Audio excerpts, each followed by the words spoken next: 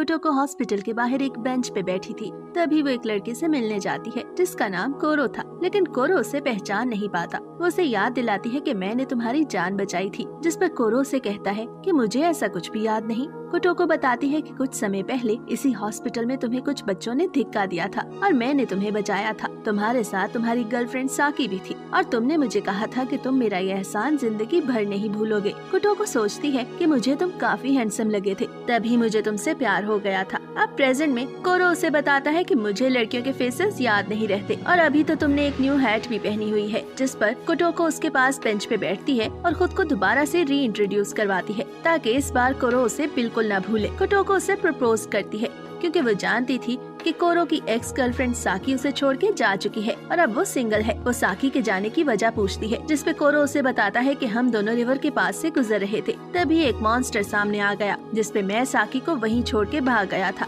कुटोको उसे बताती है कि ऐसा नहीं है, दरअसल मॉन्स्टर तुम्हें देख के डर गया था और जब साकी ने देखा कि एक मॉन्स्टर तुमसे डर के भागा है तो वो भी तुम्हें छोड़ के वहाँ से भाग गई। कुटोको कोरो से पूछती है कि आखिर तुम हो कौन। वो उसे बताती है कि सभी मॉन्स्टर्स तुम्हारी ट्रू आइडेंटिटी जानते हैं और इसीलिए तुमसे डरते हैं। ये सुन के कोरो को काफी गुस्सा आता है तो वो कुटोको से पूछता है कि आखिर तुम कौन हो और मेरे बारे में इतना सब कुछ कैसे जानती हो। कुटोको उसे बताती है कि वो सभी मॉन्स्टर्स की क्वीन ऑफ विजडम है और वो मॉन्स्टर्स को देख सकती है। कोरो को उसकी किसी भी बात का यकीन नहीं आता, जिस पर वो उसे कहती है कि तुम 6 साल पहले का न्यूज़पेपर देख सकते हो जिसमें एक लड़की के बारे में बताया गया है जिसको किडनैप किया गया था और जब वो मिली तो उसकी एक आंख और टांग नहीं थी। ये कह के कुटोको वहाँ से चली जाती है। अब वो एक बस में कहीं जा रही थी, तभी एक स्पिरिट मॉन्स्टर आता है और उससे हेल्प मांगता है। वो उसे बताता है कि लाइब्रेरी में एक डीमन मॉन्स्टर आ गया है और मुझे तुम्हारी हेल्प चाहिए, जिस पर कुटोको उसे बताती है कि उसे हम कल देखेंगे क्योंकि आज मैं कोरो का पीछा कर रही हूँ। अब अगले दिन कोरो एक न्यूज़पेपर में कुटोको की स्टोरी पढ़ता है और उसे पता चल जाता है कि कुटोको ही वही लड़की थी जिसको किडनैप किया गया था। अब कुटोको कोरो से मिलने आती है और उससे पूछती है कि क्या अब तुम्हें मेरी स्टोरी पे यकीन हो गया, जिस पे कोरो उसे कहता है कि न्यूज़पेपर की स्टोरी ये प्रूफ नहीं करती कि तुम क्वीन ऑफ विजडम हो। तभी वहाँ एक आदमी अचानक फॉक्स में चेंज हो जाता है और वो कुटोको को बताता है कि डीमन मॉन्स्टर ने लाइब्रेरी को काफी खराब कर दिया है और हमें तुम्हारी हेल्प चाहिए। लेकिन फॉक्स जैसे ही कोरो को देखता है तो वो डर के कुटोको के गले लग जाता है। अब कोरो को कुटोको की बात का यकीन हो जाता है और वो भी उसके साथ लाइब्रेरी जाता है ताकि वो उसकी हेल्प कर सके। लाइब्रेरी में कुटोको डीमन मॉन्स्टर से बात करने की कोशिश करती है मगर वो उसकी कोई बात नहीं सुनता और उस पर अटैक कर देता है। कोरो कुटोको को बचा के वहाँ से भागता है, लेकिन कुछ ही समय बाद वो डीमन मॉन्स्टर के सामने आकर अपना हाथ उसके सामने कर देता है, जिसको खाने पर वो मॉन्स्टर वहीं मर जाता है। लेकिन कोरो का हाथ वापस डेवलप हो जाता है। ये सभी देख के कुटोको हैरान होती है और कोरो से इस बारे में पूछती है। कोरो उसे बताता है कि तुम अपने मॉन्स्टर से पूछ सकती हो कि मैं कौन हूँ। वो बताता है कि जब मैं बच्चा था तो मैंने डीमन मीट खाया था, जिसकी वजह से मेरे पास ये पावर्स हैं। अगले दिन कोरो हॉस्पिटल अपनी कजन से मिलने जाता है। वहीं पर कुटोको भी आ जाती है और उससे उसके हाथ का हाल पूछती है, जिस पर वो बताता है कि अब मेरा हाथ ठीक है। वो उसे बताता है कि वो डीमन मीट जो मैंने खाया था वो एक मरमेड का था, इसलिए मेरे पास रीजनरेशन पावर्स हैं। कुटोको उसे बताती है कि उसका मतलब है कि तुम अब कभी बूढ़े नहीं होगे। कोरो कहता है कि ऐसा नहीं है और ये मरमेड का मीट खाने की वजह से नहीं है, ये सब एक और डीमन मीट की वजह से हुआ है कि मैं यूथफुल दिखता हूँ। कुटोको उससे दूसरे मीट का पूछती है, लेकिन वो कोई जवाब नहीं देता और वहाँ से चला जाता है। आगे चल के कुटोको कोरो से साथ चलने को कहती है। दरअसल वो एक स्नेक से मिलने जा रही थी जो कुटोको से मिलना चाहता था क्योंकि उससे कुटोको की हेल्प चाहिए थी, लेकिन कोरो इनकार कर देता है, जिस पर कुटोको अकेले ही स्नेक से मिलने जाती है। स्नेक कुटोको को बताता है कि इंसान मुझे भूलते जा रहे हैं क्योंकि कई सालों से कोई मुझसे मिलने नहीं आया और मुझे अब कोई भी किंग ऑफ वाटर नहीं समझता। कुटोको उदास थी। वो स्नेक को बताती है कि उसका बॉयफ्रेंड उसके साथ नहीं आया। वो स्नेक से पूछती है कि तुम्हें मेरी क्या हेल्प चाहिए। स्नेक उसे बताता है कि कुछ दिनों पहले एक लड़की जिसका नाम टेन्यू था ने एक लाश दरिया में फेंकी थी और इन्वेस्टिगेशन करने में पता चलता है कि वो उसके एक्स बॉयफ्रेंड मचाई के बॉस की लाश थी। वो ऑफिसर्स को बताती है कि मैंने वो लाश दरिया में इसलिए फेंकी थी ताकि स्नेक को खाने को कुछ मिल सके क्योंकि उसे इंसान खाने पसंद है। लेकिन ये सभी झूठ था क्योंकि टेन्यू ने लाश के साथ कोई भी पत्थर नहीं बांधा था और वो चाहती थी कि लाश पुलिस को मिल जाए और फेंकते समय उसने ये भी कहा था कि उम्मीद है कि तुम्हें कोई बहुत जल्द ढूंढ लेगा। स्नेक को ये सब बातें समझ नहीं आई थी और इसीलिए उसने कुटोको से हेल्प मांगी थी ताकि वो उसे सब सच बता सके क्योंकि वो क्वीन ऑफ विजडम है। कुटोको स्नेक को बहुत सी रीजंस बताती है, लेकिन स्नेक को को कोई भी रीजन सही नहीं लग रही थी। फाइनली कोटोको उसे बताती है कि कुछ समय पहले जब मचाए और उसकी कोवर्कर की लाश एक बाथटब में मिलती है तो सबको यही लगता है कि उन्होंने खुदकुशी की है, क्योंकि उन्होंने अपने बॉस की एक बहुत बड़ी रकम चोरी की थी और उन्हें डर था कि कहीं वो पकड़े न जाए, और इसी डर की वजह से उन्होंने खुदकुशी कर ली। दूसरी तरफ टैन्यो अपने और मचाए के बच्चे को मार के उसकी लाश भी दरिया में फेंक देती है, क्योंकि उसे मचाए पे गुस्सा था, और फिर एक गाँव में जाके रहने लगती है। काफी सालों बाद मचाए का बॉस उससे मिलने आता है और उसे सब सच बताता है कि मचाए और उसकी कोवर्कर को उसी ने मारा था, क्योंकि वो चोरी उन दोनों ने नहीं बल्कि बॉस ने की थी। ये सुन के टैन्यो काफी एग्रेसिव होती है, क्योंकि वो उस बॉस की वजह से ही अपने बच्चे और मचाए को खो चुकी थी। वो मचाए के बॉस को मार के उसकी लाश दरिया में फेंक देती है। स्नेक को ये सब बताने के बाद कोटोको को कोरो दिखता है, जो वहीं छुप कर उनकी बातें सुन रहा था। अब कोटोको कोरो के साथ वापस जाने लगती है और उसे बताती है कि मैंने जो कुछ भी स्नेक को बताया वो झूठ है, क्योंकि मैंने एक स्पिरिट टैन्यो के पास भेजी थी और सच यही था कि टैन्यो ने लाश इसीलिए फेंकी थी ताकि स्नेक उस लाश को खा सके और वो ऐसा होते देख सके। अब 2 सालों बाद कोरो की गर्लफ्रेंड साकी को दिखाया जाता है,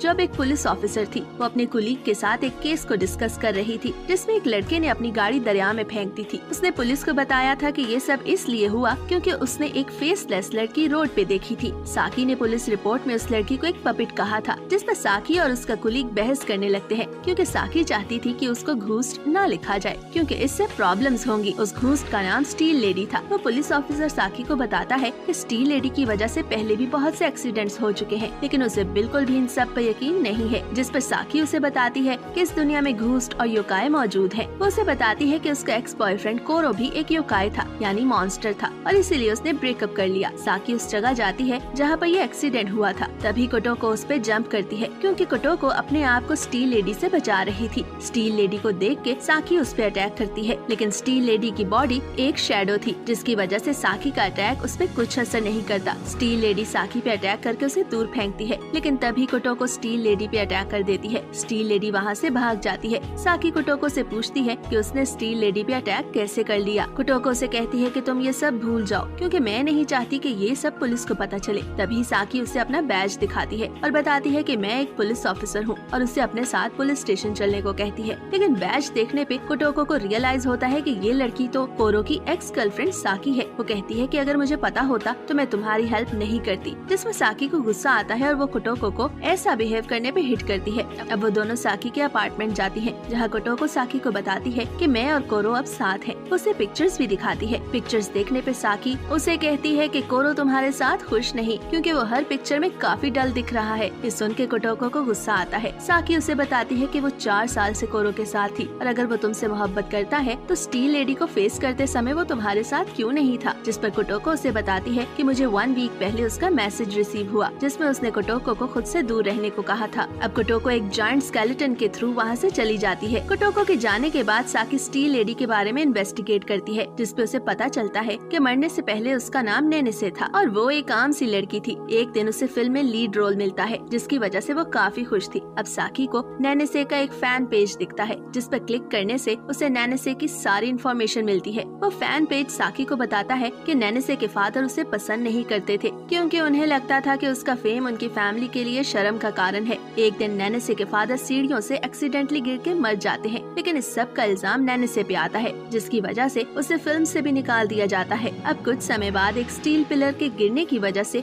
नेनेसे की भी डेथ हो जाती है। दूसरी तरफ कोटोको स्टील लेडी के बारे में इन्वेस्टिगेट कर रही थी, ताकि वो अपने मॉन्स्टर्स और लिटिल क्रिएचर्स को उससे बचा सके, क्योंकि वो सभी स्टील लेडी से डरते थे और क्वीन ऑफ विजडम होने की वजह से कोटोको उन्हें तकलीफ में नहीं देख सकती थी। कोटोको एक रेस्टोरेंट में बैठी हुई थी, तभी एक स्पिरिट मॉन्स्टर आके उसे बताता है कि स्टील लेडी दोबारा आ गई है, जिस पर कोटोको उस जगह पहुंच जाती है जहां स्टील लेडी कोरो के साथ फाइट कर रही थी। तभी वहां साकी भी आ जाती है और वो ये सब देखने लगती है। स्टील लेडी कोरो पे अटैक करती है, जिससे कोरो खुद को बचा नहीं पाता और स्टील लेडी के हाथों मारा जाता है। लेकिन डीमन मीट खाने की वजह से कोरो रीडेवलप हो जाता है और स्टील लेडी के सभी अटैक्स को फ्यूचर प्रेडिक्शन पावर की वजह से आसानी से डॉज कर देता है। साकी ये देख के हैरान होती है। कोटोको उसे बताती है कि कोरो ने छोटे होते समय 2 डीमन मीट्स खाए थे, जिनमें से एक मीट एक ऐसे बीस्ट का था जिसका नाम क्यूनो था। क्यूनो का मीट खाने के बाद कोई भी जिंदा नहीं बच सकता था, लेकिन कोरो की ग्रैंड मदर उसे ये मीट खिलाती है और अनएक्सपेक्टेडली कोरो को कुछ भी नहीं होता, जिसकी वजह से वो फ्यूचर में सब कुछ देख सकता था। लेकिन इसके लिए कोरो का एक बार मरना जरूरी था और इसीलिए स्टील लेडी के हाथों एक बार मरने के बाद अब वो स्टील लेडी के हर एक्शन को पहले ही देख सकता था। इसलिए अब प्रेजेंट में वो आसानी से स्टील लेडी की गर्दन तोड़ देता है, मगर वो दोबारा से अपनी गर्दन जोड़ लेती है और वहाँ से भाग जाती है।